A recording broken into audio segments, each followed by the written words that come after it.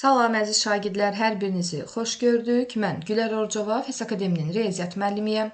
Bugün sizinlə birlikdə növbəti sınağımızın izahına baxırıq. Lakin sınağın izahına başlamazdan öncə xatırlatmaq istəyirəm ki, əgər sizlər də bizim həm ödənişli, həm də ödənişsiz dərslərimizdən faydalanmaq istəyirsinizsə, bax ekranda gördüyünüz 077 598 38 00 menecer nömrəsi ilə əlaqə saxlaya bilərsiniz.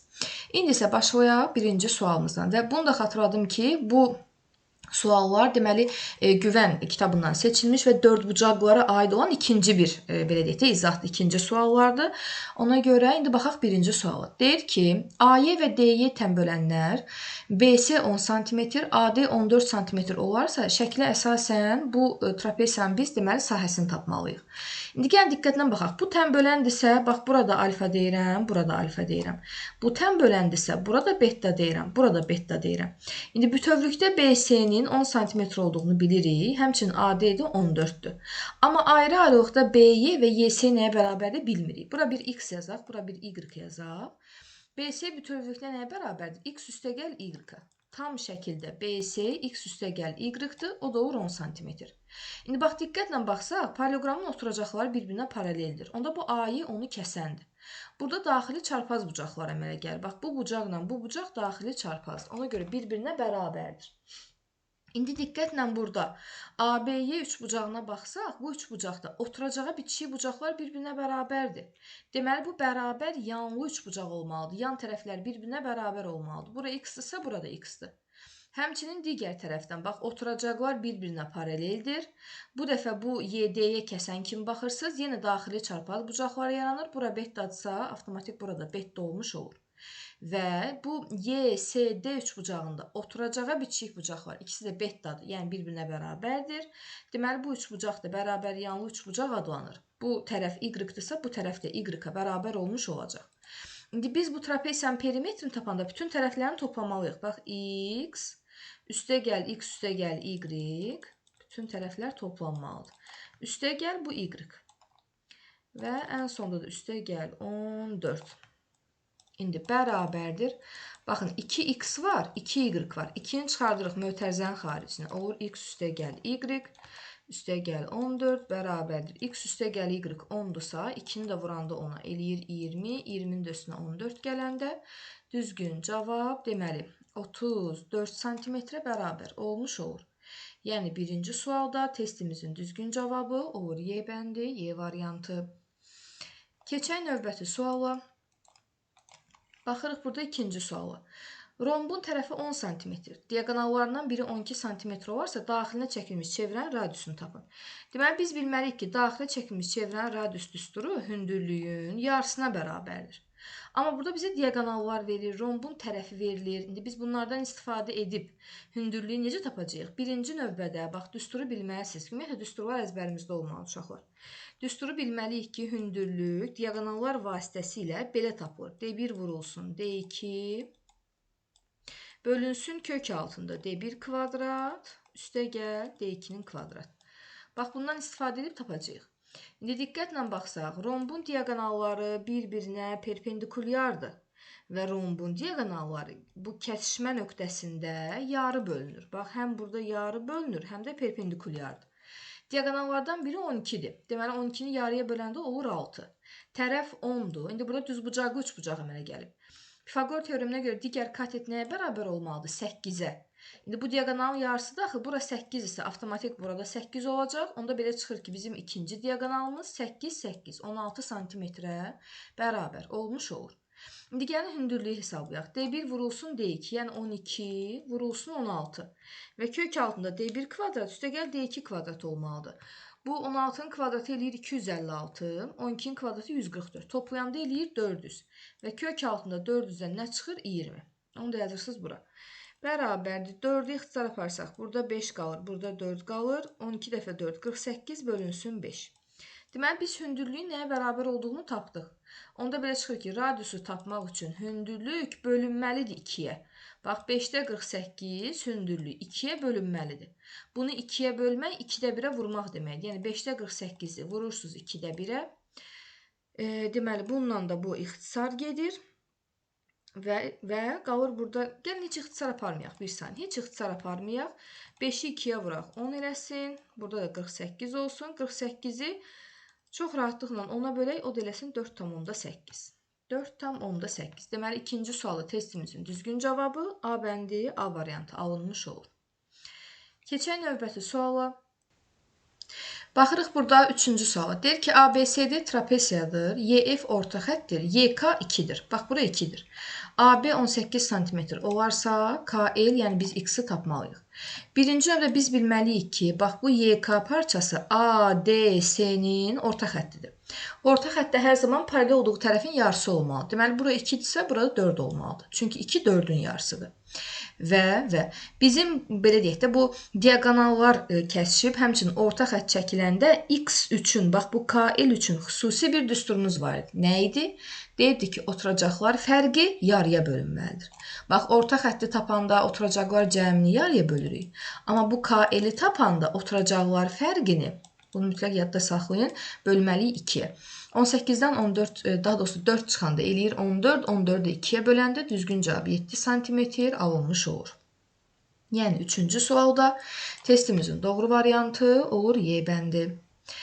Keçək növbəti suala, baxırıq dördüncü suala. Dördüncü sual bizə deyir ki, ABCD kvadratdır, BAAY perpendikulyardır, YF də CD'yə perpendikulyar olarsa, CF 3-dür, FD 12-dir. YF parçasının neçə santimetr olduğunu, neçə santimetr olar? Bunu tapmalıyıq. Baxın, 3, 12. Deməli, tərəf 15-dir. Kvadratın tərəfi olur 15. İndi digər tərəfdən, bax, bu YF parçasını bütöv şəkildə uzatsaq, bax, buradan bura bu parça uzadılsa, yəni perpendikulyar bura çəkilsə, diqqətlə fikir verin, düzbucaqlı üçbucaqda düz bucaq təpəsindən hipotenuza bir hündürlük endirilib. Bura 3-dürsə, burada 3 olur, bura 12-dirsə, burada 12 olur. Və düzbucaqlı üçbucaqda belə bir qaydamız var ki, h kvadrat bərabərdir m vurulsun n-ə. Deməli, burada olacaq 3 vur 12, yəni 36. H kvadrat 36-ya bərabərsə, deməli, hündürlüyün özü 6-ya bərabər olmuş olacaq. Bax, bu parça 6-dır. Fikir verin, burada bütöv 15 deyildi. Deməli, 15-dən 6 çıxanda bu x neçə santimetr olacaq? Düzgün cavab 9 santimetr olmuş olur. Yəni, dördüncü sualda testimizin düzgün cavabı olur C bəndi, C variantı. Keçək növbəti suala. Baxırıq burada 5-ci suala. 5-ci sualda bizə deyir ki, diagonalı 6 kök altı 2 cm olan kvadratın daxilinə çəkilmiş çevrənin uzunluğunu tapın. Ümumiyyətlə, diagonal kvadratda A kök altı 2 düsturundan hesablanır. İndi bu bərabərdir 6 kök altında 2-yə. Kök altı 2-ləri ixtisar aparsaq, tərəf bərabər olur 6-ya.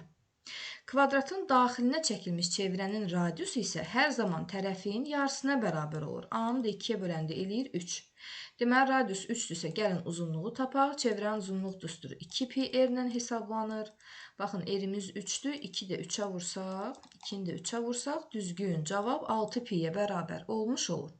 Yəni, 5-ci sualda testimizin düzgün cavabı B bəndi, B variantı alınmış olur. Keçək növbəti suala. Baxırıq 6-cı sual. Deyir ki, düzbucaqlının eni 20 cm, perimetri 40 vurulsun, kök altı 3 üstə gəlsin 1. Deməli, santimetr olarsa, diagonalları arasındakı kör bucağı tapın. Deməli, bu bizim düzbucaqlımız olsun. Bu düzbucağın eni 20-dir, bura 20-dirsə avtomatik, burada 20 olacaq.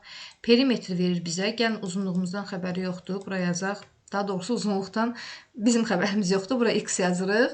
Və diagonallar arasındakı kör bucağı istəyir. Gəlin, diagonalları çəkək. Bir şey bilməliyik ki, düzbucaqlıda diagonallar bir-birinə bərabərdir və bu diagonallar, bax, kəsişmə nöqtəsində yarı bölünür. Bura ilə bura bir-birinə bərabərdir, bura ilə də bura bir-birinə bərabərdir. Deməli, birinci perimetrdən yola çıxaq. Olur 2 vurulsun, 20 üstə gəl x bərabərdir. 40 vurulsun, kök altında 3 üstə gəl 1-ə. Deməli, 2 ilə 40-ı elə 2-yə ixtisar aparıq. Burada 1 qalır, burada 20 qalır. 1-i vurub mötərizəyə açanda elə mötərizənin öz içərisi eləyir. 20-ni vurub mötərizəyə açanda olur 20 kök altında 3 üstə gəlsin 20. Hər tərəfdən 20-lər islah olunur. X bərabər olur 20 kök altında 3-ə. Deməli, tapdıq ki, bax, bu düzbucaqlının uzunluğu 20 kök altında 3-ə bərabər olmuş olur. Və diqqətlə baxsaq, bu üçbucaq bərabər yanlı üçbucaqdır. Bax, fikir verin. Yalnız və yalnız bərabər yanlı üçbucaqda təpə bucağı 120 dərəcə olarsa, Bax, onda deyirik ki, 120 dərəcəlik bucaq qarşısında dayanan tərəf bu yan tərəfin kökdə 3 misli olur. Deməli, bu yan tərəfi kökdə 3 olduğunu tapdıqsa, artıq əminliklə deyə bilərik ki, bax, diaqonallar arasında qalan bu kör bucaq 120 dərəcəyə bərabər olmuş olur.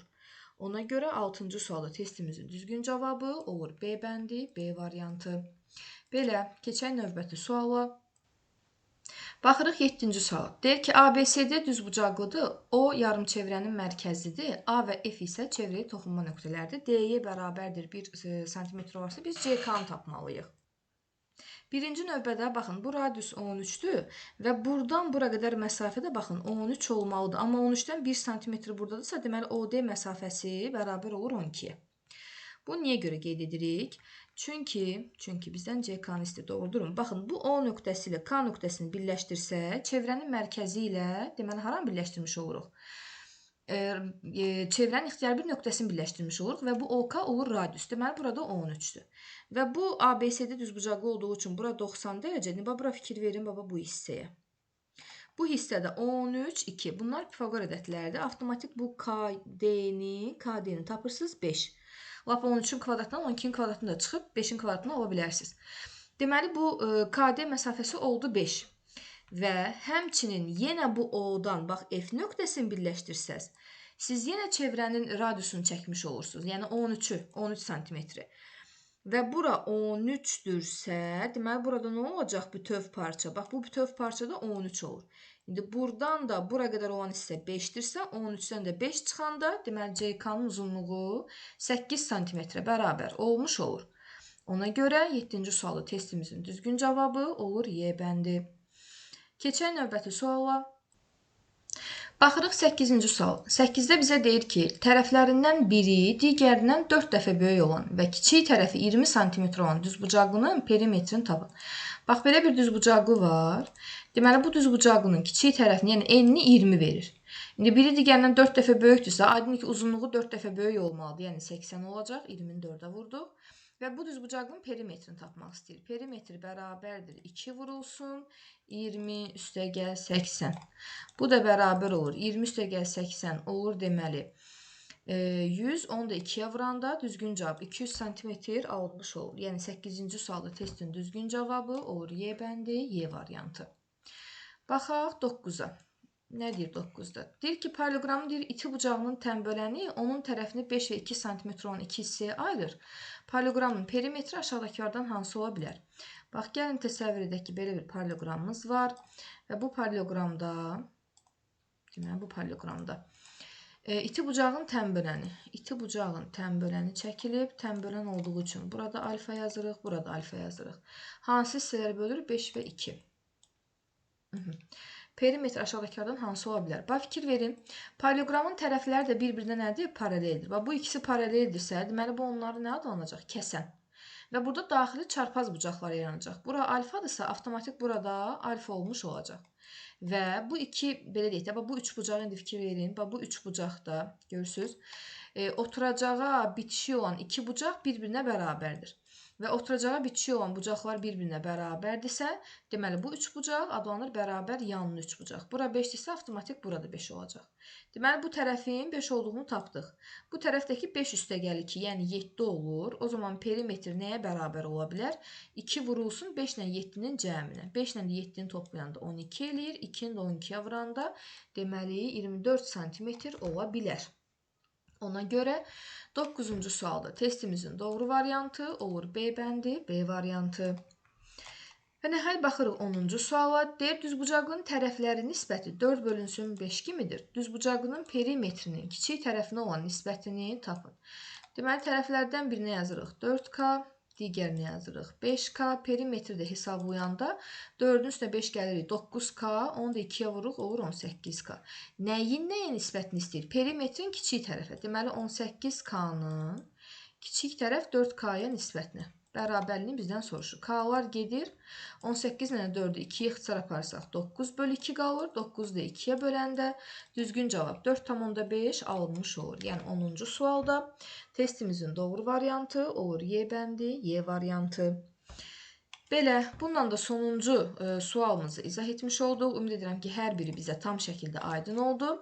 Və yenə son olaraq xatırlatmaq istəyirəm ki, sizlər də həm ödənişli, həm də ödənişsiz dərslərimizdən faydalanmaq istəyirsinizsə, bax ekranda gördüyünüz 077 598 38 00 menecer nömrəsi ilə əlaqə saxlaya bilərsiniz. Videonu bəyənməyi və kanalımıza abunə olmağı unutmayın. İzlədiyiniz üçün təşəkkürlər.